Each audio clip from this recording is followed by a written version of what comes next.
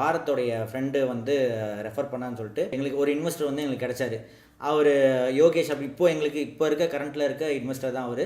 தெய்வம் மாதிரி வந்து எங்களுக்கு கிடைச்சாரு. வெறும் பேச்சை நம்பி மட்டுமே உங்கள்கிட்ட ஏதோ இருக்குன்னு நம்புகிறேன் அப்படின்னு சொல்லிட்டு உங்களுக்கு என்ன தான் வேணும் அப்படின்னு சொல்லி ஒரு 10 lakhs இன்வெஸ்ட் பண்ணார். இனிஷியலாகவே இன்வெஸ்ட் பண்ண உடனே நாங்கள் வந்து ஃபஸ்ட்டு நாங்கள் பண்ணது வந்து சின்னத்திரை அப்படின்னு சொல்லிட்டு ஒரு கான்செப்டில் வந்து நான் ஃபஸ்ட்டு டேரக்ட் பண்ணி ஸ்க்ரீன் ப்ளே பண்ணி ஒரு கான்செப்ட் பண்ண உடனே வந்து அது சரியாக மூவ் ஆகலை. யூடியூப்பில் அப்லோட் பண்ணோடனே மூவ் ஆகலை. இதை பார்த்தோன்னையும் எங்களுக்கு என்ன பயம் அப்படின்னா, நம்மளை நம்பி இன்வெஸ்ட் பண்ணியிருக்காரு, இவர் என்ன நினைப்பாரோ, அது கிட்டத்தட்ட 1 லட்ச ரூபாய் செலவாச்சு. என்ன நினைப்பாரோ அப்படிங்கும்போது அவர் அப்பவும் மனசுல உங்கள்கிட்ட ஏதோ இருக்குது, நீங்கள் பண்ணுவீங்கன்னு நம்பிக்கை இருக்குது அப்படின்னு சொல்லி எங்களுக்கு திரும்பி பூஸ்டப் பண்ணி ஃபர்தராக நிறைய பண்ண ஆரம்பித்தார்.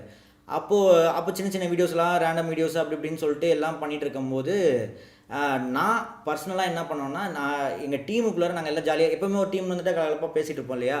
நான் பேசிகிட்டு இருக்கும்போது வந்து இப்படி நான் ஒரு டைப்பாக பேசிகிட்டு இருப்பேன்.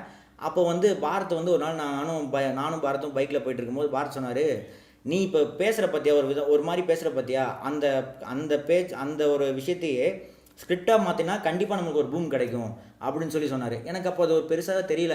சரி ஓகே அப்படின்னு விட்டேன்.